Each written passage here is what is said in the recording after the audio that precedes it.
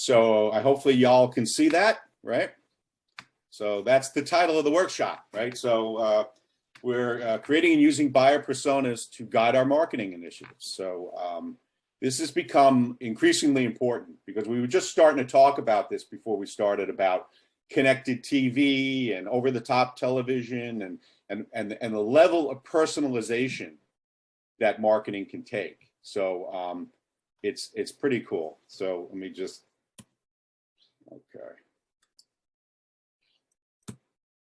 okay. So let me just, all right, so there we go. All right, so it's very important that we understand who the target audience is and where they spend their time. And when I talk about where they spend their time, obviously, whether it's on the internet, on connected television, streaming audio like Pandora, where are they spending their time so that we can build an online presence, right? And we can focus our content that speaks directly to what their needs are and what their wants are. That is so important in marketing. So often, you know, people think it's really, you should just talk about yourself and, you know, what you do and how good you are. But it's really important that you focus your content that speaks to the needs and wants of your target audience.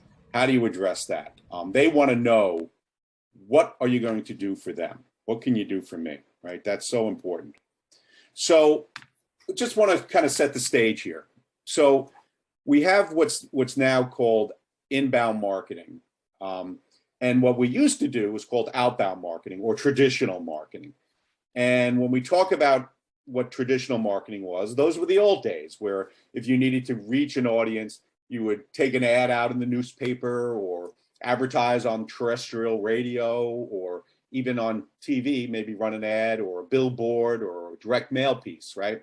So that's traditional or outbound marketing, right? Inbound marketing is more about the user is in control of the experience, that they need something, they need a product, they need a service, they proactively go out there and look for the solution.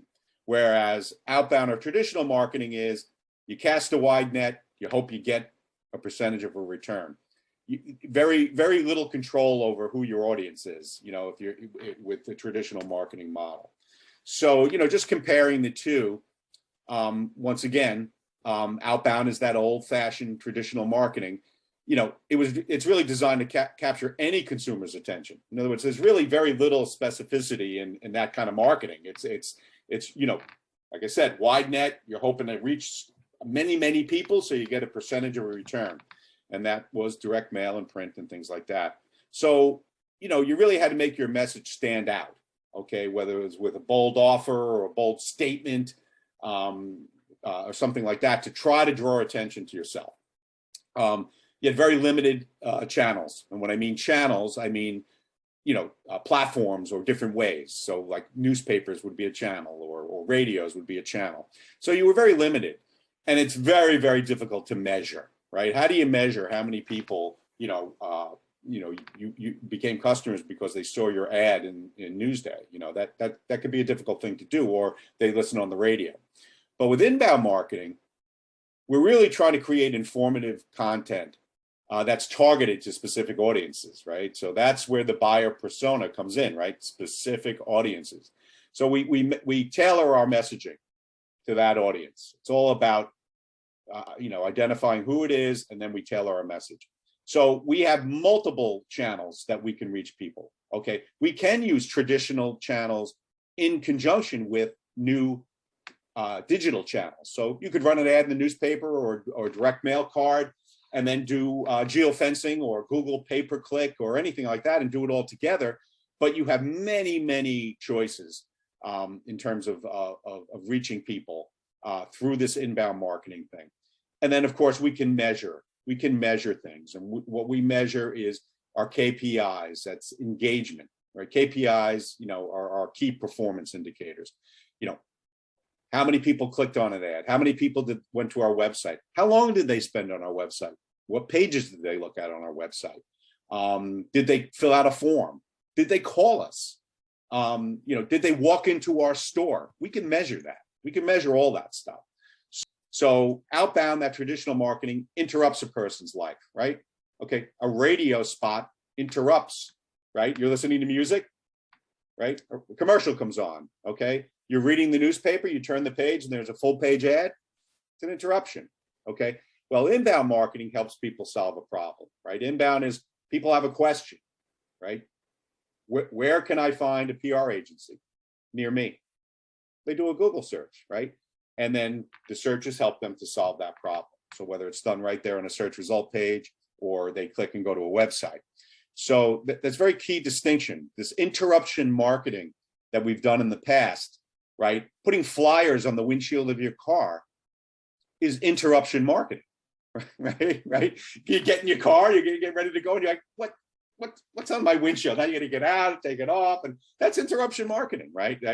But using new inbound things, we can put messaging in a LinkedIn feed, right? So if someone's reading their LinkedIn, we can put a message in that feed, okay? If they're on Facebook, we can do that, and we call that kind of an adjacency advertising, where they're consuming news or whatever, and we happen to have a sponsored post within there. So very, very key distinction. So let's get to it. What are buyer personas? So they're really generalized representations of your clients, right? Who your ideal client is, okay?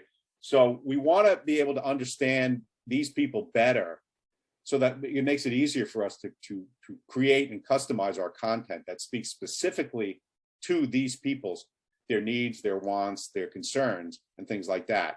So I have some clients that have kind of broad buyer personas, but which are still helpful in helping us determine where do we go, where do we present our messaging. Are we on Facebook? Are we on LinkedIn? Or where do we go with this? So the stronger buyer personas are based on some research and insight, and you can get a lot of that just from your actual customers, right? So who you're actually doing business with now, right? Start taking a look at that and saying, okay, what do I have certain types of industries that I have I'm more involved in, and manufacturers or professional services. So if that's the case, who are these people within these organizations? Are they purchasing agents? Are they CEOs? Are they director of marketing? Are they the IT person? So you start to drill down. So you start looking at your existing customers and saying, who within that organization do I want to reach? So for example, if you're selling IT services, you might want to reach their IT person, although they might not be the decision maker, but they could be the influencer, right? So they could be the person going to their boss saying, hey, look, we need to use XYZ company, or at least call them in and talk to them. So, developing developing those personas, you may have like multiple, and I'll show you a couple of examples of that. So most businesses have multiple industries or verticals that they're trying to target. So you need to develop a unique buyer persona for each, right? It's not just one size fits all. How am I doing so far? Everyone good? Anyone falling asleep? Do I need to break out into song and dance? I'd be happy to. Okay. No? Okay. I'd like to see that, Henry. Well, you're calling me on it. Not right now, Ronnie. I'm busy. Okay. So why are these personas important? Because they help marketers understand their customers and their prospective customers to learn what makes them tick, right? Why will they choose you over another company? Really diving deep into trying to understand these people better. And these personas help us to do that. It also helps us to be able to segment our audience better, so that if we understand we have several buyer personas, like I have clients that have different audiences, right? So different services for different audiences. So obviously we'd have to create a separate buyer persona for each, but also within the website, we may organize our content to speak to these audiences. So for example, some services may be used by one persona and they might not be used by others. So we need to understand that, so that we can organize our website and understand that certain things are not applicable to one persona, but it might be to others. So how do we organize our content to do that? And one of the ways might be is to, within your navigation, create pages for those industries or those specific services for those industries. right? Like I have a client that does aerospace, a big aerospace manufacturer. Well, there's some things they do for the military, and there's some things they do for aviation companies, completely different audiences. Okay, so we need to understand that so that when we organize our content, we're talking to the right people. So we need to have these kind of details to help drive our marketing strategy. Okay, so with this deeper knowledge about our customers' pain points, marketers can create a more targeted messaging, right? So we really want to tailor and customize it. And that's also going to help us to really dive deep into understanding keywords that people are going to use to search for you, okay? It's very important that you develop a list of what I call long tail keywords that people will use to search for you. So for example, if you're in the insurance industry, the keyword insurance is very, very broad. I would guess that if you typed insurance in Google, you'd get 5 million results, and you're not even going to show up on the first 10 pages. But if you focus on long tail keywords like small business group health insurance, right? That's a long tail keyword. So people search for long tail keywords, much less competitive. And also, there's the near me searches too that people will do. So by understanding who you're trying to target, you can kind of craft that list of keywords, right? And keywords are also things like questions that people will ask. Where can I find a forensic bookkeeper near me, right? So we need to understand first who it is we're trying to talk to, and then we can start developing keywords and content to speak to those people. So it will also tell us where those high value leads are. Where do these people spend their time, right? Are they on LinkedIn, right? If you're B2B, it's probably a good shot that they're on LinkedIn.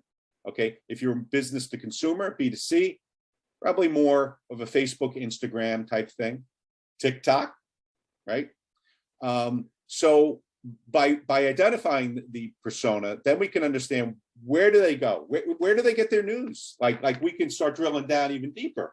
Like, how old is this person? When in our persona, we may put in age. This person's 50 to 65 years old.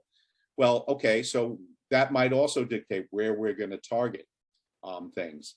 And it's also another important thing that if your persona is an older person, or your buyer persona are individuals with disabilities, okay, you need to optimize your website to accommodate them, right? So not even about the content, it's about the actual operational or technology that drives your website. So for example, I do work for an audiologist, okay? Well, guess who wears hearing aids? People my age and up, So we want to make sure that the content on our website is, do they have an option to enlarge the text? Are we using high contrast colors? Because if we're using colors that are a little bit too muted, it might be difficult for seniors to, see the difference between a background color and text. We want to make sure that we address those needs. So by understanding who our customer is, will also influence on how we set up our website as well. So that's another aspect of it. So companies who use buyer personas, and this is data called from HubSpot. So HubSpot is probably the leading inbound marketing company in the United States. Okay, they are a software service that you can pay a monthly service fee, and where you can collect leads. You can build forms, you can build landing pages, and you run your email campaigns all through HubSpot. So if someone comes to your website, they go to a page on your website, we have some sort of call to action, download this free white paper, they put in their name and their email address, boom, now you're in the HubSpot system. So now we can do what's called drip campaigns or follow-up campaigns to these people to continue to communicate with them until we're ready to buy. So HubSpot is like an industry leader. And I'm gonna put in some links to HubSpot has a great section for how to develop a buyer persona, and they have their own template. So I'll drop that link in the chat, and you can go there. So this is their study websites that use buyer personas are 2 to 5 times more effective. Well, what do we mean more effective? What does that mean? Well, we're measuring engagement. How much time do they spend on a website? How many pages, how many pages do they spend? Do they click on, a form? Do they fill out a form? All those types of things. Do they do what we call goals? Like we can set goals up for a website. Like how do they scroll? Do they watch a video? All these different things. So HubSpot found that people that really focus on these buyer personas and craft their content to speak to these people, their websites are much more effective. It also helps tremendously with your email campaign. So if you're using a Constant Contact, MailChimp, or even a HubSpot, you segment your audiences, right? So very, very important to segment your audiences, right? And create separate lists or tag your audiences within your email campaigns so that you're sending the right messaging, to the person. So for example, my aerospace client, okay, we segment his emails. So the stuff that's going to the government contracts, they're getting a different email than the aviation or even the other computer companies or whatever he does work for. So we create separate lists and we actually send out specific audience specific emails, and they get a 14% higher click-through rate. That means if there's a link on that email, they click and they go to your website. So HubSpot found that by personalizing these emails and your lists and things like that, and then your conversion rates are 10% higher. So what's a conversion rate? A conversion rate is any high priority task that you want someone to do. Call, click, fill out a form, walk into your store. These are all conversions, right? These are what we call conversions. So there are HubSpot studies showing that buyer personas in general help you a lot. So. All right, so this is a HubSpot template right here, and you can go to HubSpot, you can download this. Okay, so this is their template of their buyer persona, and they have a lot of information in here. The example I'm going to show you next it doesn't quite have as much, and once again, you don't have to worry about writing any of this down. I think if I didn't put the link to this presentation in the chat, I will, and you can the whole presentation will be there. And also a link to download this. So yeah, we're also recording it, so that's and great. You're recording it, right? Exactly. So so this is just an example of a general buyer persona. Demographics, right? How old are they? What's their income? Okay, gender. Now, gender sometimes can be tricky. Okay, so where gender comes into place could be is if your audience, your customer, is specifically a male or a female, right? You're selling men's underwear, okay, so you obviously you want to target women, but you might want women too because they buy it for their husband. But it becomes tricky in social media when you start targeting like things like gender and income, especially if you're in like the financial services industry, because they'll block you because that's discriminatory. And it could be discriminatory if you're trying to reach out to people based on age. As a sole driver. So sometimes it can be a little tricky, but for the purposes of your buyer persona, we want to identify as much of that demographic information we can as possible. Okay, certainly where are they, right? That's like step one. Like if we're going to target some sort of marketing campaign or do something, where are they located? Are they located in Nassau, Suffolk County? Are they located in New York City? Are they located all over the United States? We need to understand that, right? That is really important. Like we need to understand that. And then what are their challenges, right? Like what are the people they're struggling with? So with an IT company, it might be cybersecurity. They're having challenges with, worrying about their systems getting hacked or slow, response time or things going down or crashing or website, emails not working and things like that. So we want to identify what their challenges are. Because guess what? Your copy is going to speak to this, right? Your copy on your website or your marketing messages are going to address these challenges. Okay.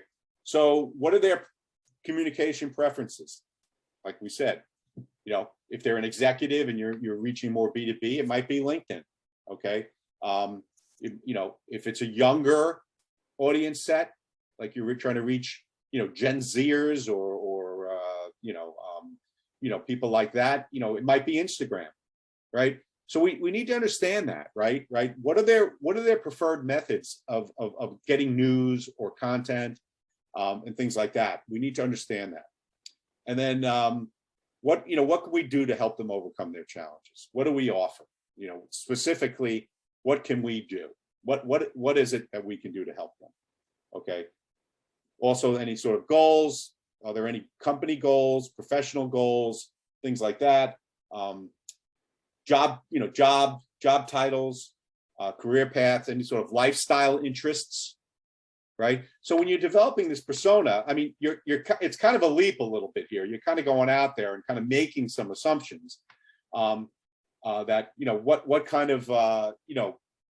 of lifestyle things are they interested in? What are their hobbies, right? What are their hobbies might be? So, for example, I did work for a high-end jewelry company, custom high-end jeweler. Really expensive stuff. I mean, I couldn't believe how expensive the stuff was. And we sat down and we went through this and we developed our buyer persona. And one of our personas were equestrian lovers, people who rode horses, who that really loved equestrian events, polo matches, horse shows, jumping shows. So guess what? We geofenced the Hampton Classic Horse Show out in Bridgehampton over the summer.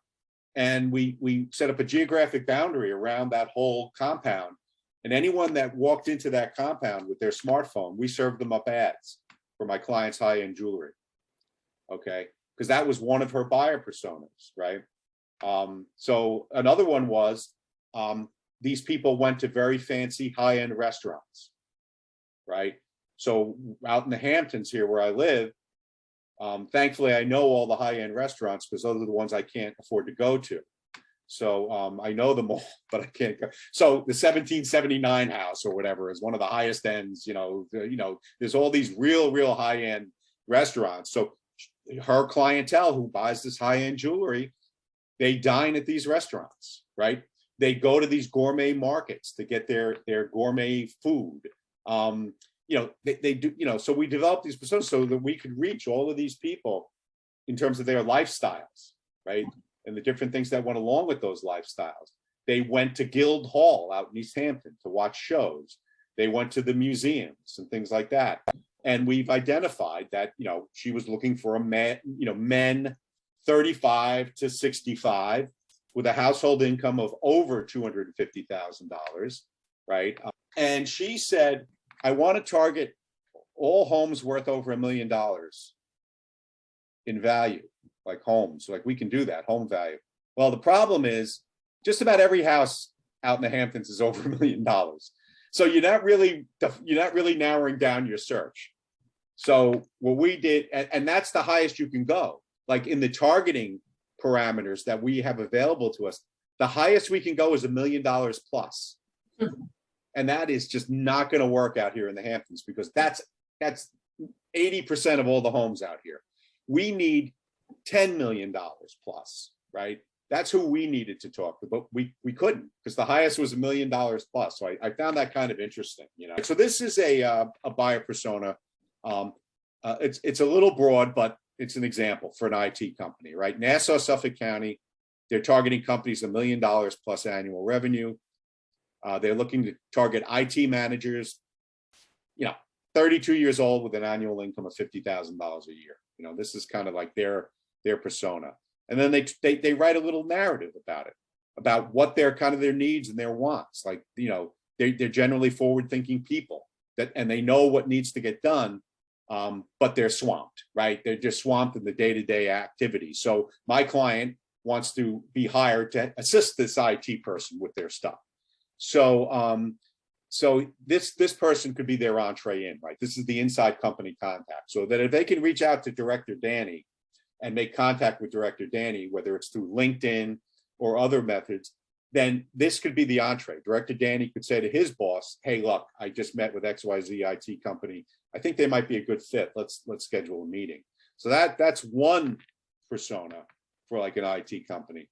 Then there's the C-level person. And this is where, like, developing these personas, like I said, is it a male or it's a female? It's like, I think with these, like for this IT company, you can't really designate whether or not it's a male or a female, right? So that would not really factor into it. But I'm just using different genders here for illustrated purposes. So C-suite Sally. Okay, so she might be at a company with $5 million a year revenue and up. Her occupation might be the CEO or the owner, and she's probably around 50 years old and an annual income of 200,000. So she's looking to grow her company. And the great thing is in LinkedIn, we can target high growth companies too. It's kind of an interesting thing. And she's always concerned about her data being hacked. Like that's always top of mind with her. So she's really concerned about cybersecurity. Well, cybersecurity, that could come into a long tail keyword that you could use on your website, right? So she's always looking to get ongoing education and training. She might want to download a white paper about 5 things you need to know about protecting your company against cyber attacks, right? You start thinking about the content you can do.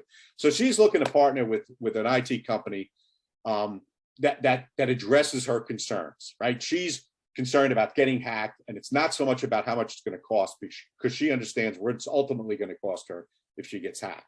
So this is another like persona, okay? And then there's this level up Lonnie. So Lonnie is he's also a CEO and owner, but of a smaller size company. Maybe we want to target the number of employees within a company, okay?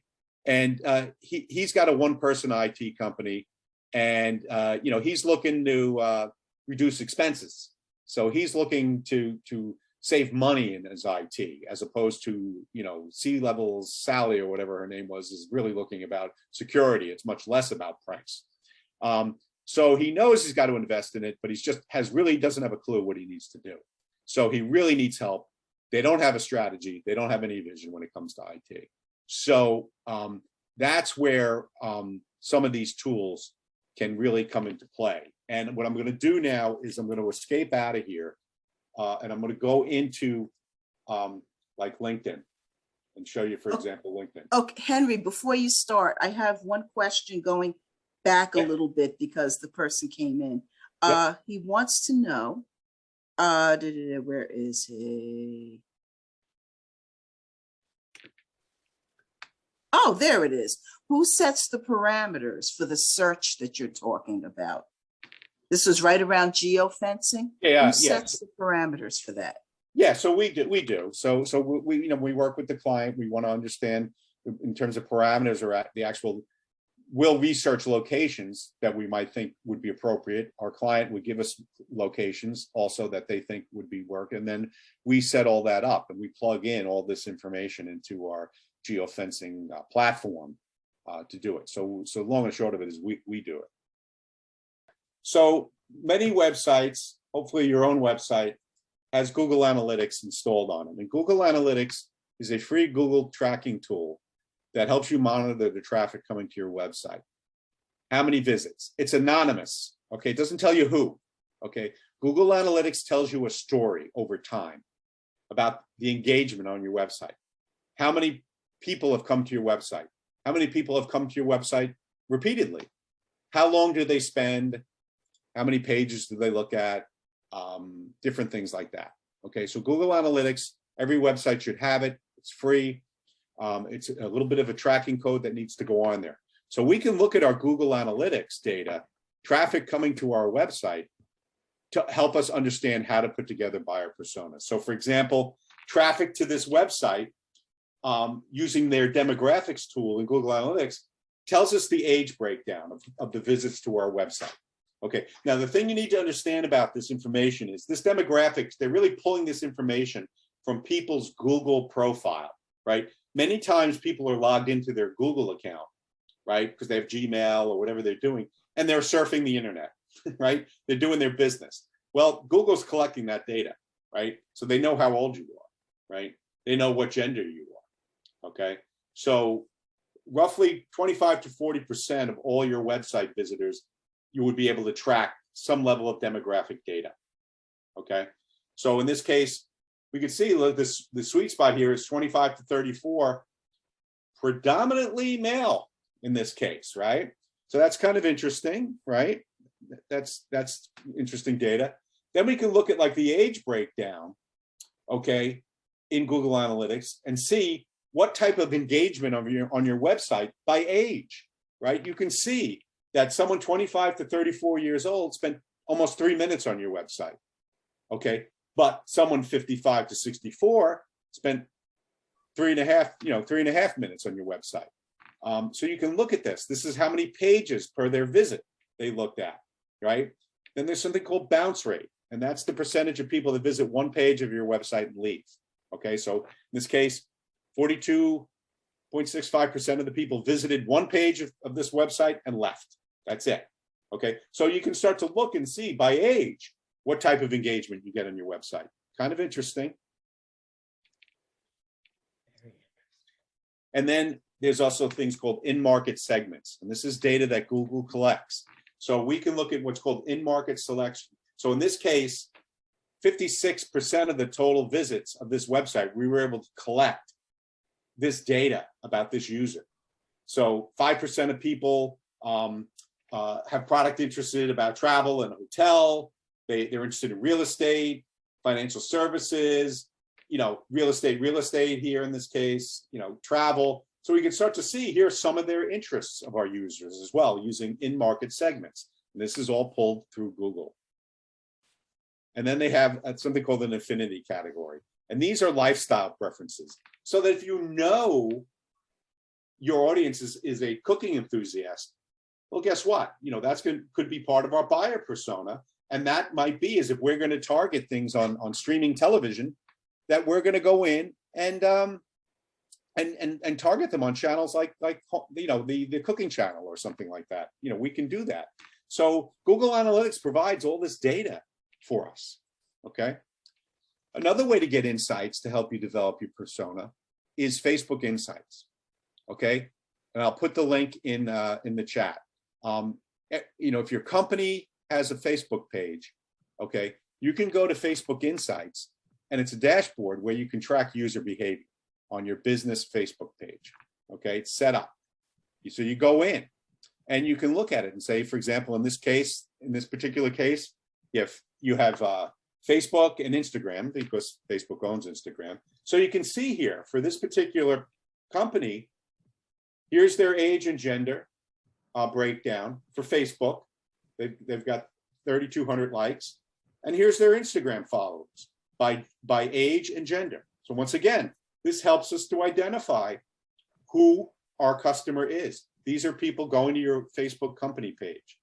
In addition to that, we can look at where are they coming from, right? So left column is Facebook, right column is Instagram. So we can see in this case, Brentwood was their top location, right? New York City, Bayshore. Well, this might help us. So if we're going to do geofencing and say, you know what, maybe Brentwood is a hot area, or maybe if we want to do some sort of Facebook campaign, we can target a radius around Brentwood, Central Islip, and Bayshore, because that seems to be a cluster of activity. So we could target something in Facebook and say, based on this information that we're collecting about these users, we could target something in Facebook to this exact stuff. And then if they have a tool here that you can use on that insight tool that will help you project out based on your audience. And in this case, it will tell you the top Facebook pages based on your audience visits, where those people are going. So 14.5% going to Walmart. There's another thing called Tasty. I don't know what that is. Sorry. Amazon, Target, Samsung, Ellen DeGeneres. This is all based on the user profile of those Facebook visits to your business site. Donald Trump, Eminem. Interesting. So great way to help you pull data. Okay. So we talked about LinkedIn, adding the insight tag. Okay, and I showed you where that. I'll also put a link in the chat where you can get directions about the insight tag. And then we can talk about websites. So once again, once we get these buyer personas developed, then we need that to organize our content on our website. First, the navigation. How do we organize our content around those individual buyer personas? Do we organize our content by the type of customer, right? Potentially we could, or we could develop it by the services. Is the copy going to speak to those long tail keywords? Remember, our IT CEO was very concerned about cybersecurity. So we might need to focus on those keywords. So we need to use that to drive the development of our website. Okay, very important that we think about that. It may, these buyer personas may also tell you, I might need a completely different website because it's a completely different audience that there's really no rhyme or reason. I'll give you an example. I have a client that does high-end pastry and display cases. They custom build them, and like his clients are like Facebook headquarters and Google headquarters, and they build these really cool things.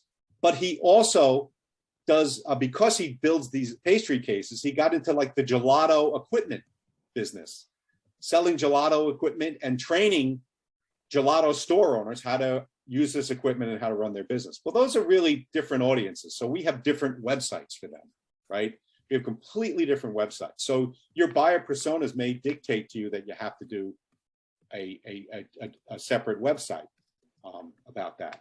So once again, it's about when we get them to that website and we understand who it is we're trying to talk to, we want to nurture them because they may not be ready to pull the trigger. Okay, some businesses, the buying cycle's very, very short. E-commerce, Amazon. If I want a pair of sneakers, the buying cycle's really short, right? I go to the website, I find my sneaker, the size, and I order. If I'm looking for professional services, or maybe I'm hiring a public relations company, the buying cycle may be much longer. So they have to, first of all, be aware of you. And that's where Google and the search and maybe some other paid tactics might come into play to get them to even know you exist, right? So then they come to your website. So we have to have that awareness, like how are you going to be able to help that person? Then we have to have that consideration stage, right? What do you do? So, and then why are you different? And why would you be best for me? And then you ultimately go to the purchasing cycle. So your website needs to be set up to accommodate this type of cycle. So for example, you might have different pages with even different content. So for example, someone at the top of this, we call it the funnel. We call it a funnel, right? That's just there about awareness and they're considering. We might offer them like a tip sheet. Like here are the top 10 things you need to know about hiring a public relations company. Here are the pitfalls, whatever. And it's just a very basic sheet and they can download it for free if they just fill out a form and give us their email address. Well, guess what? Now we've got their information, right? Now we've got their information and we're going to continue to communicate with them. Or we'll track to see if they came back to our website. So now we know if they came back, and this is where HubSpot would come in. If that user came back and they're looking again, well, now they're interested, right? Now they've moved along to an interest. And we might provide them with a little bit more content, based on that interest. It might be more of a white paper, something a little bit more in depth about something about cybersecurity, okay? It might be a study or a poll or something. And then, that interest, that preference stage, and then we ultimately get to the purchasing, right? So we want to make sure that our website is set up to accommodate this. Okay, then we also have, we talked about the keywords.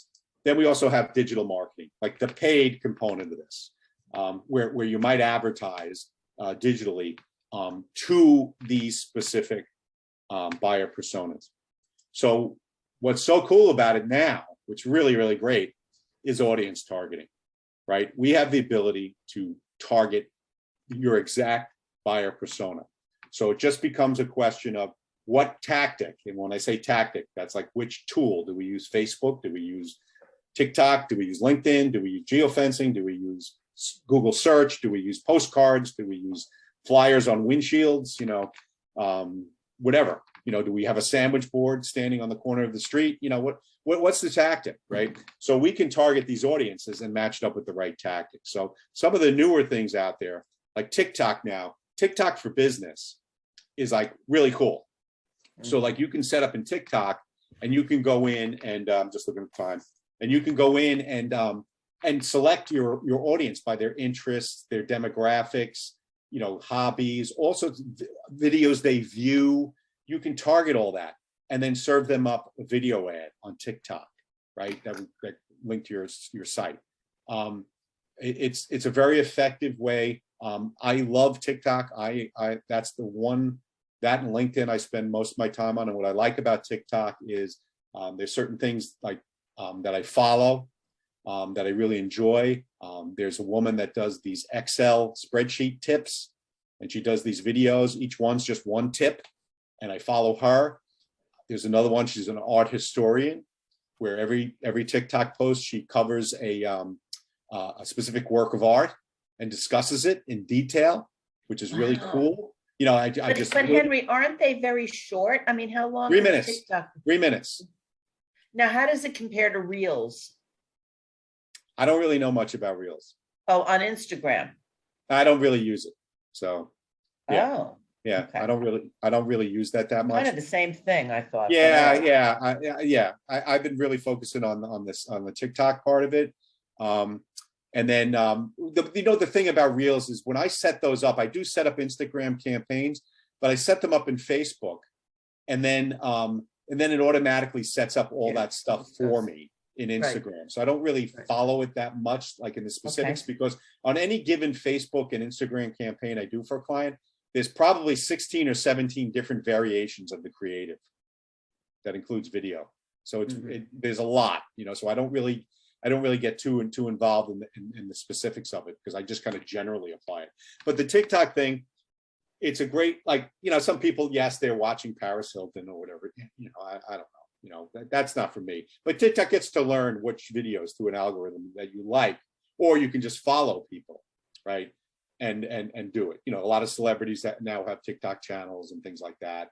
But there's some really cool, interesting ones. Like there's one where it's just historical video, like a day in the history, and they found this old archival video from like 1904. Like here's, you know, a street in San Francisco in 1904, and here's the, you know, the old newsreel of it. You know, it's like they show all these great things, or astronomer. Like there's one now about the new telescope, you know, that they talk. It's, you know, there's one that does math and algebra, which I like. You know, it's all sorts of cool stuff. You know, but you can target all of these people if you know your persona, right? Okay, so they have their categories and they have their interests. So now the really cool one is this thing called addressable geofencing. We talked about that traditional geofencing where we could draw a boundary around a building and then anyone that goes in it. But addressable geofencing is our ability to reach smartphones, connected TVs, your computer, your laptop, your tablets, right at the address level. When I mean the address level, a home, a specific home, right? We can target it with a targeted message relevant to that customer. How do we know it's relevant? Because we did our buyer persona. So we know exactly what they're looking for. And we can use display ads, which are ads, you know, with a picture and a link. We can do video pre-roll. You've all seen video pre-roll. You're watching a video on YouTube or any other website, and before the video starts, there's a little kicker, 5 seconds. You can skip it, right? You got to watch it for 5 seconds, and then you can skip it. If you don't skip it, it could be 15 or 30 seconds, and you can watch the whole thing. And I'm running a pre-roll campaign for a client right now and on YouTube, and 58% of the people watch over half of the video for my client. They could skip it after 5 seconds, but 58% of the people are watching 15 seconds. And there's a very large amount that are watching 2/3 of my client's video, which is really encouraging. It's good. So we can use these streaming audio ads. When I talk about OTT, over the top television, okay, that is this, right? These are all your streaming channels and things that you get through your Roku or your Amazon, you know, your Amazon Fire Stick or your smart TV. And this is probably even an outdated chart. You know what I mean? So like we talked about my favorite, Pluto. That's my little favorite. That's free. You don't have to subscribe to it. It's free. It's owned by Viacom. I use YouTube TV for myself at home, but all of these streaming services are available. So when we start targeting demographics, right? and we start targeting different things, we come up with all the targeting. And I want to show you some of this. So for example, I'm doing work for a solar company, and we are using this, what's called addressable geofencing. And we are at the home level, right? We're reaching homes. We're targeting zip codes here in Nassau and Suffolk County. And within those zip codes, we're overlaying audience information. So within a zip code, we're targeting homeowners, right? People who own a house. The home is worth over, I'm trying to remember what it was. I think $650,000 over. They have a household income of over $100,000 because my client has a solar grant based on income, that if you're at a certain income level, you're eligible for a solar grant. So we target household income. We're targeting the square footage of their house, 1,500 square feet and up. So within a zip code, homeowners, income, household income, square footage of their house. Do they have a mortgage? Do they have a home equity? We're targeting all these things, and I'm going to just stop the share, right? Stop the share here. And I want to show you, and I might have to just kind of bring it back up again. I want to just show you some of these categories that are available to target with addressable geofencing once you understand who it is you're trying to reach. So you can see this, right? The spreadsheet here. So obviously, gender, age, education, children, number of children, marital status, how many vehicles do you have? Do you have pets? How many mortgages do you have? What's your mortgage balance, right? Do you have credit cards? How long have you owned your property? What's the size of your garage? I mean, it's crazy. You go into finance, right? Retail. Are you a book buyer? Do you like hobbies and crafts? Do you collect antiques, right? Do you travel, right? Political. Are you an elderly? Are you a veteran? You know, Christian. Do you like Christian music? You know, all of these things, like, we can target and you know, overlaying a zip code and target this. So we have different categories within these, you know, residents, agricultural, commercial, you know, commercial, industrial. So we can target industrial, you know, places within a zip code or within a radius. We can do it. So there's all sorts of different property detail that we can go in and target and overlay. And we're doing this for a solar company right now. So what they're getting is they're watching their streaming TV, and they'll get an ad for this solar company because they fit that criteria. We did their buyer persona. We understand who it is they're trying to talk to. And now we're using addressable geofencing specifically for the TV. We could also target ads on their desktop and different things like that as well. And we're using a tracking phone number so that if they call, and we're able to track how many people watch the entire spot. So we're running a 15-second and a 30-second commercial. And 95% of the people are watching the entire spot. Now that could just be, it's a little bit harder to change channels on streaming because you don't have channel 2, channel 4, channel 5. You know, it doesn't kind of work that way. You got to kind of navigate, right, and scroll down, and it takes a second to load. So you do a little bit less channel surfing when you're on streaming television, like, you know, you kind of set. But we plug all that information in, and then the algorithm tells us where those ads should appear. We do not pick the streaming services at all. We do not pick them. So based on my client's solar, what we're doing, obviously they're on like the DIY channel. They're on Discovery Plus. They're on Pluto on the home improvement channel. Like it decides where those commercials are placed. So it's a pretty cool thing. Okay. So it's a really, really neat thing. Okay. Henry. So there it is. Okay, So, go. Good. Henry, I'm going to take all your links. I'm going to pass them on in our follow-up paperwork, but I have a couple of questions I'd like to get to. I know it's getting toward the end. Yeah, go ahead. Okay. One of them was Marie would like to know, how often do you have to change up your videos? So if you have videos, the bottom line is this, is that you should be changing and updating your content on a regular basis, and videos being part of that content. So if you were to ask me, I kind of say this all the time. So my clients that are on the call, just pardon me, I'm going to be repetitive here, but I always equate this to like losing weight. How do you rank? How do you get people to notice you? How do you get people to find you? How do you get people to click on your website? It's really easy. It really is. It's easy. It's just like losing weight. Like, how do you lose weight? Losing weight it's so easy. It's just two things. All you gotta do is watch what you eat and exercise. Well, why is it so hard? It's the day in and day out implementation. It's the same thing with this. How often do you change your videos? You should be changing your content regularly. In other words, you should be updating your website weekly. You should be posting on LinkedIn a couple times a week. Okay, you should be writing a blog every week.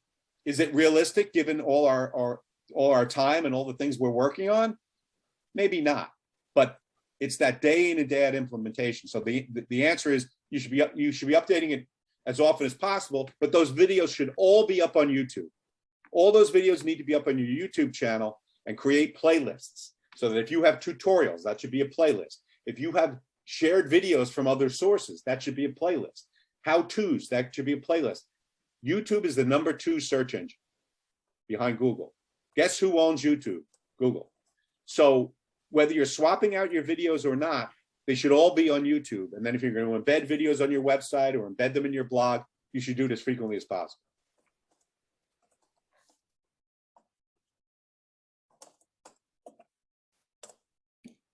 Guys, anybody? Questions? I can say one thing. Gone are the days of deciding to just buy an ad in a local newspaper. Yes. But, you know, really, this is so involved. What if you were going to advise a small business, what would you tell them is the very first thing they should do? Okay. Like, I know, you know, developing the buyer persona, but, you know, this is so overwhelming. Where would you, and it's Okay, so different for every business, I realize. But. Okay, the very first thing every business needs to do is make sure that they've claimed and optimized their Google My Business listing. Yes. Okay? That is a free listing. Everyone, if you didn't set it up, Google might have already set it up for you. You just need to claim it. Okay, that listing, okay, is what facilitates near me searches. It's that map search, chiropractor near me. Okay, if you've optimized your Google My Business listing, and every physical location should have a Google My Business location. For example, I have an office in Bohemia, Google My Business listing. I have an office in Manhattan. I have a Google My Business listing. Okay, it's very important that you have it for each. And then it helps to facilitate those near me searches. And you get reviews, right? You can do online reviews. You can post content. What's new, product updates, events. That's the most important thing. Step one. Yeah, we've done a Google My Business workshop, and we probably should repeat that again because it's so helpful. And even if you don't have a website, like you said, Google will find you and create it for you, right? You can actually create a website through Google My Business. It's not the greatest thing in the world, but you know what? Fine, right. Works. Right. Yep. And then, well, that's free. So that's the best part about it. You know, you might as well do it. It's totally free. If you haven't done it, you're wasting a good opportunity. But this can be very, very expensive.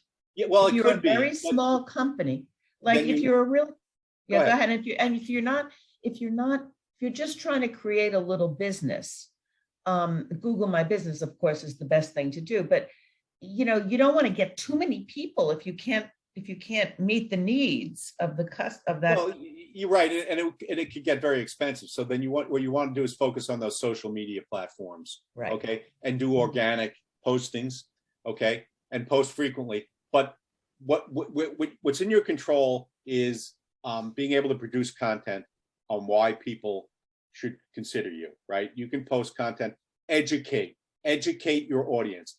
Education is marketing now, right? So if you educate your audience, guess what? You become the go-to person. Like my girlfriend on TikTok, who's the Excel guru. Okay, well, she educates me. Okay, I go on there, I seek her out. Like some of the tips that she gives are like so great. I actually save the videos on my phone.